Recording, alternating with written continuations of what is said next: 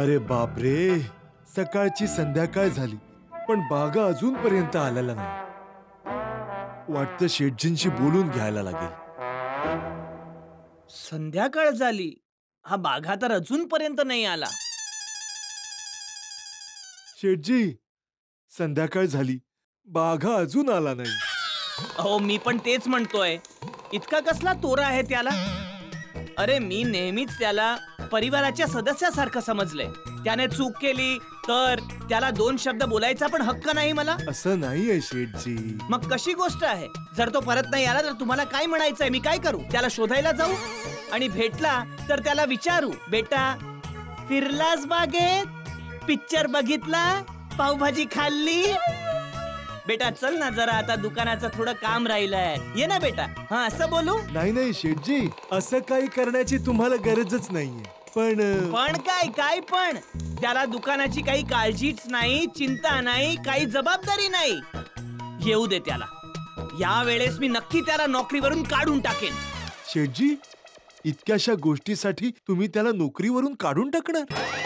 इतकी छोटीशी, एवढी छोटीशी गोष्ट नाहीये नट्टू काका. उद्या जर मायाजींचा टीव्ही रिपेअर नाही झाला तर ती ग्राहक सुरक्षा मंचावर माझी कंप्लेंट करेल. अरोराजींचा एसी रिपेअर नाही झाला तर ते आपल्या सर्कल मध्ये सांगतील की आपली सर्व्हिस खूप बेकार आहे आणि मग कोणताच हॉटेलवाला आपल्याकडून सामान घेणार नाही. आणि बबिताजींच्या मैत्रिणीचा वॉशिंग मशीन जर रिपेअर नाही झाला तर बबिताजींच्या नजरेत माझी काय किंमत राहील? आणि तुम्ही म्हणता छोटीशी गोष्ट? सॉरी नट्टू काका, मी बाघाला माफ नाही करू शकत. या वेळेस त्याला नोकरीवरून काढूनच राहीन मी. हे बघा, मायाजींचा फोन आला. काय उत्तर देऊ मी त्यांना? बोला बोला मायाजी. जेठा भाऊ, सॉरी. सॉरी? तुम्ही कशाला सॉरी बोलताय?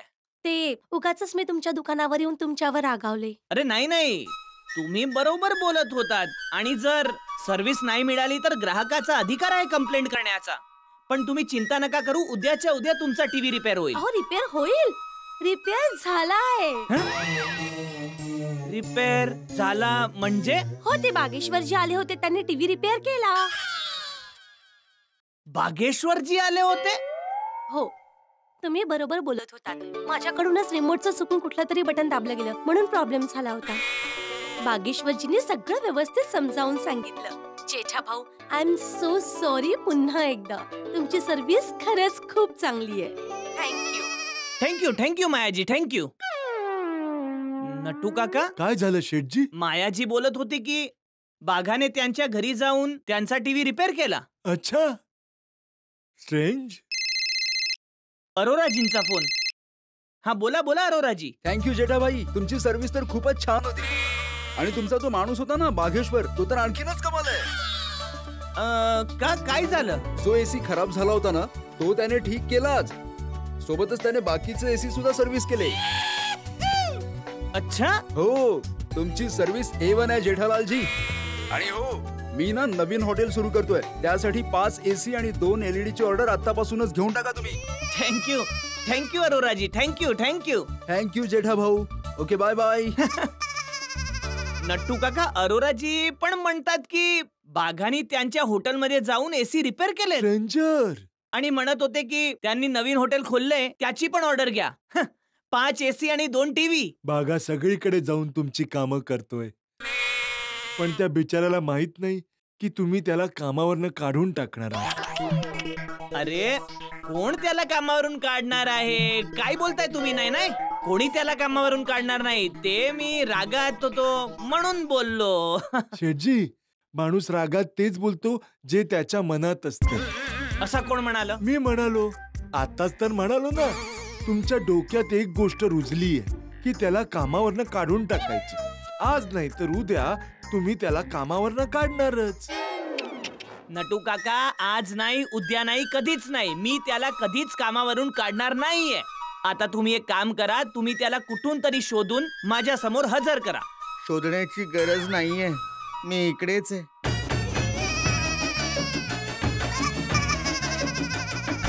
बागा, तू आलास? शेठजी, तो बघा, तो आला. Come my loving child, come to your uncle. I am so happy and relieved. Thank you Nattu काका. शेठजी, हे घ्या. हे पैसे कसले? शेठजी, मला वाटतं तुम्ही म्हणत होता ना की बागामुळे तुमचं खूप नुकसान झालंय, म्हणून तो तुमचं नुकसान भरपाई करतोय. खूप स्वाभिमानी मुलगा आहे शेठजी. नाही नाही भाऊ, मला कोणते पैसे नाही पाहिजे. तू ठेव ठेव. शेठजी, अरे बोललो ना नको आहे, तू ठेव बाबा. अहो पण शेठजी, हे पैसे तुमचेच आहेत. जे गोपाल भाऊंकडून पैसे आणायचे होते ना, तेच पैसे आहेत.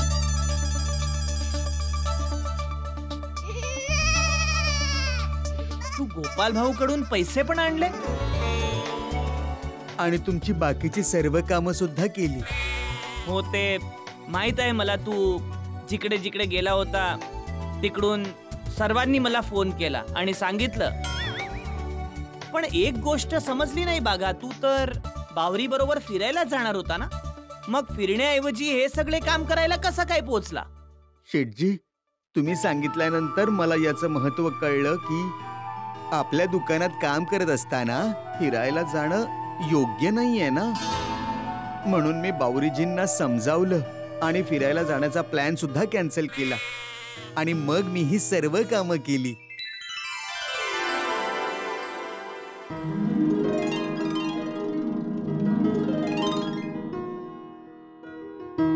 बघा, सकाळी मी तुला रागाच्या भरात काही चुकीचं बोललो असेल तर त्यासाठी मला माफ कर. सॉरी. अरे नाही नाही शेठजी, सॉरी तर मला बोलायला हवं तुम्हाला. चुकी तर माझी आहे. एवढं सारं काम असताना सुद्धा सुट्टी घेणं हे तर चुकीचं आहे ना. चुकी माझ्याकडून झाली आहे शेठजी. I am sorry. जाऊ द्या, दोघांची चूक होती. दोघांनी एकमेकांना सॉरी म्हटलं. All is well that ends well. अंत भला तो सब भला. नाही नाही नटू काका, अजून सगळं संपलं नाहीये. बघा, आज तुझी आणि बावरीची वर्षी आहे ना. नाही नाही शेठजी, वर्षी नाही, अॅनिव्हर्सरी. Meeting anniversary. हा, ते जे पण आहे ते आज आहे ना. आणि तू ते साजरा करायला बावरी बरोबर जाणार होतास ना, पण माझ्यामुळे नाही जाऊ शकलास. तर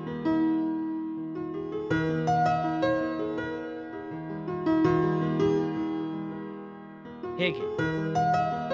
हे 1000 रुपये. शेठजी, बावरीला कुठल्या तरी चांगल्या हॉटेलमध्ये जेवायला घेऊन जा. आणि काय म्हणतात ते रोमांचित कंबल लाईट डिनर करून घ्या. शेठजी, कंबल लाईट नाही, कॅन्डल लाईट डिनर. तुम्ही खूप केले वाटतंय. खूप खूप शेठजी. फक्त कॅन्डल लाईट डिनर नाही तर कॅन्डल लाईट कुकिंग सुद्धा केलं. काय आहे, आमच्या गावी तिथे दर दुसऱ्या दिवशी लाईट जायची. मग कॅन्डल लाईट मध्येच कुकिंग व्हायचं आणि कॅन्डल लाईट मध्येच डिनर व्हायचं. अच्छा, असं. एका मिनिटासाठी तर मी आश्चर्यचकित झालो की नटू काका इतके रंगीन कसे. हे घे बागा, जा मज्जा कर जा. नाही नाही शेठजी. अरे नटू काका. बागा, अरे घे बाळा, शेठजी एवढ्या प्रेमाने देत आहे. हा घे बाळा घे. थँक्यू शेठजी. आता थँक्यू थँक्यू काय नाही, जा लवकर जा. नटू काका, हे पैसे गोपाल भाईंच्या हिशोब खात्यात जमा करा आणि 1000 रुपये माझ्या हिशोब खात्यात लिहा. हा शेठजी. आता मी पण घरी जातो आणि दयाच्या हाताचं मस्त मस्त जेवतो. हो शेठजी. चला. थँक्यू व्हेरी मच देवा, थँक्यू व्हेरी मच. शेठजी पण खुश, बाघा पण खुश, कस्टमर पण खुश आणि मी पण खुश. तुझे लाख लाख धन्यवाद देवा, तू सर्व काही ठीक केलंस.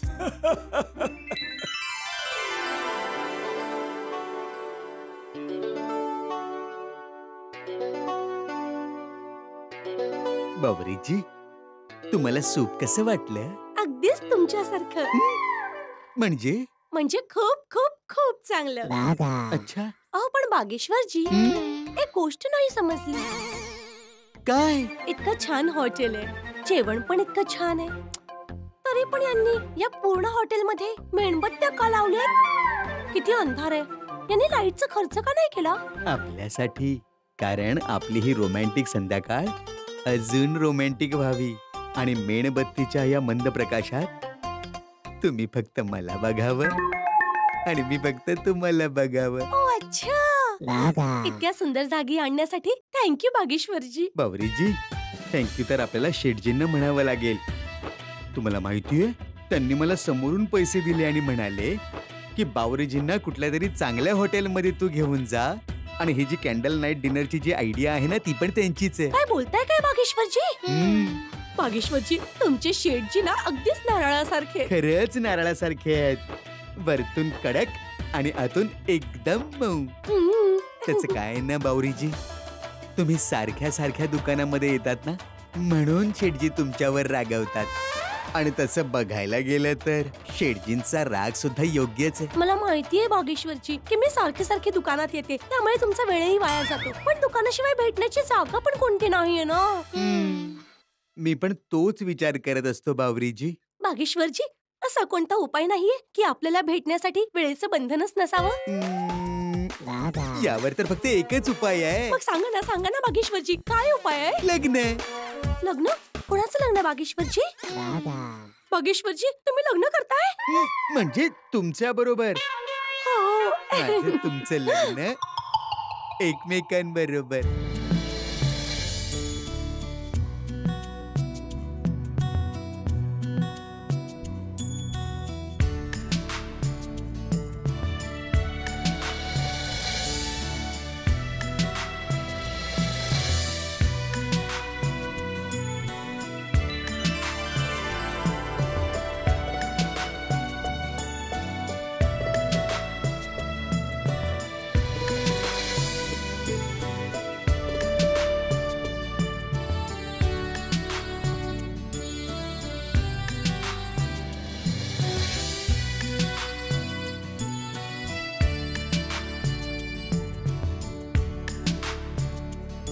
बावरीजी, आता तुम्ही सूप प्या, नाहीतर ते थंड होऊन जाईल आणि हे महाग सुद्धा आहे ना.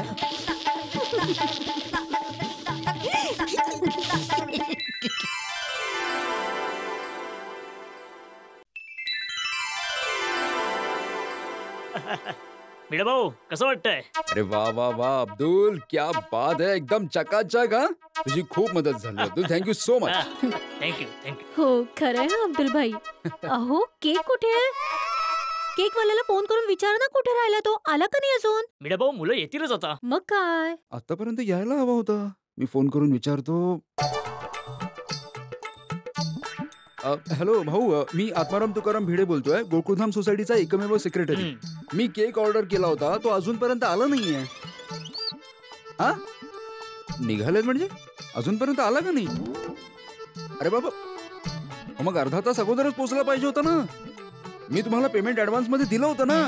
अरे याला काय अर्थ आहे? ठीक आहे तुम्ही लवकर पाठवा. काय झालं? तो बोलतोय की तो रस्त्यातच आहे, येतच असेल. कमाल आहे.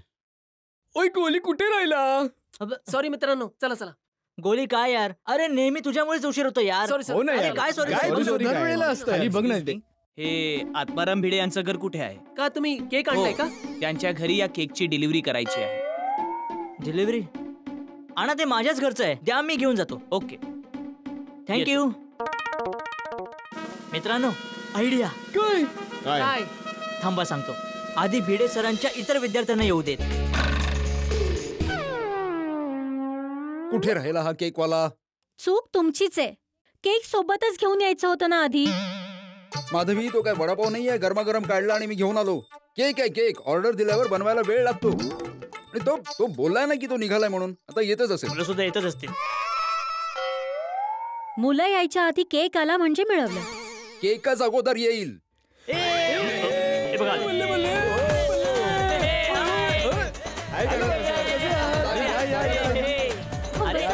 त्यांना येऊ दे, येऊ दे. हा. सगळ्या मुलांना आजच्या दिवसाच्या खूप खूप शुभेच्छा. बाल दिनाच्या शुभेच्छा. बाल दिवसाच्या खूप खूप खूप खूप शुभेच्छा. Thank you, Madhavi. अभिनंदन अभिनंदन. ए सोनू, लवकर ये, सगळी मुलं आलीत बघ. हाय मित्रांनो. हा चला चला आता सगळे आले तर आजचा कार्यक्रम सुरू करू. बाबा तुम्ही सांगितलं होतं ना की सगळ्यात अगोदर केक कापूया. भिडे अंकल सगळ्यात अगोदर केक कापूया ना. काय मित्रांनो? आधी नंबर केक, आधी नंबर केक, आधी नंबर केक, आधी नंबर केक, आधी नंबर केक, आधी नंबर केक. दोन मिनिटात येतोय.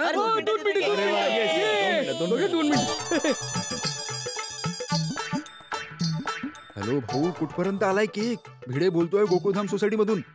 अजूनपर्यंत नाही आलाय केक. काय ते दिला म्हणजे कोणाला दिला? अरे दुसऱ्या कोणाला तर नाही ना दिला. अरे चेक करून मला फोन करा लवकर. काय गोंधळ आहे. फक्त 2 मिनिटातच केक पोहोचतोय. तोपर्यंत आपण आजच्या कार्यक्रमाला सुरुवात करूया ना. सोनूने आजच्या दिवसासाठी खूप सुंदर कविता केली आहे. सोनू बोलून दाखव, बोलून दाखव. अरे ऐकू बोल बोल. जन्मदिवस चाचा नेहरूंचा बालदिवस म्हणून ओळखला जातो. आपण सर्वजण गुलाब बनून भारताला सुशोभित करू. आम्ही आणि तुम्ही हातात हात घालून होऊया तयार, चाचा नेहरूंच्या स्वप्नांना करण्यासाठी साकार. बालदिवसाच्या मुहूर्तावर शपथही घेऊया, स्वप्नाहूनही सुंदर भारत देश बनवूया.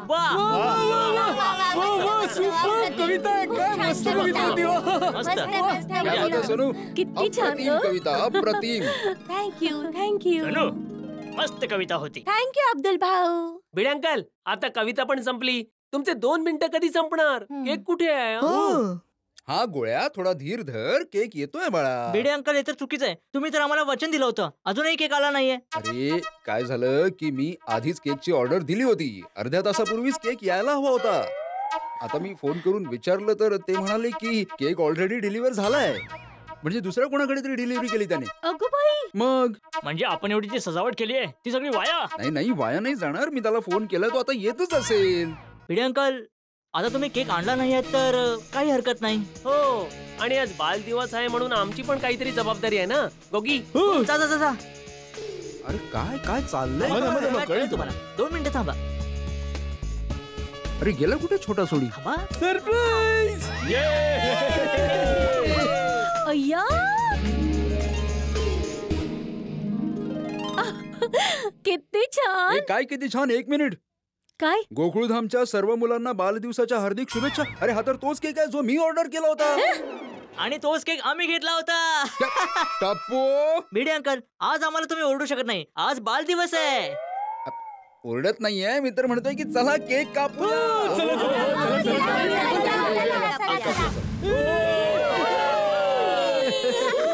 बालदिनाच्या शुभेच्छा. Happy children's day.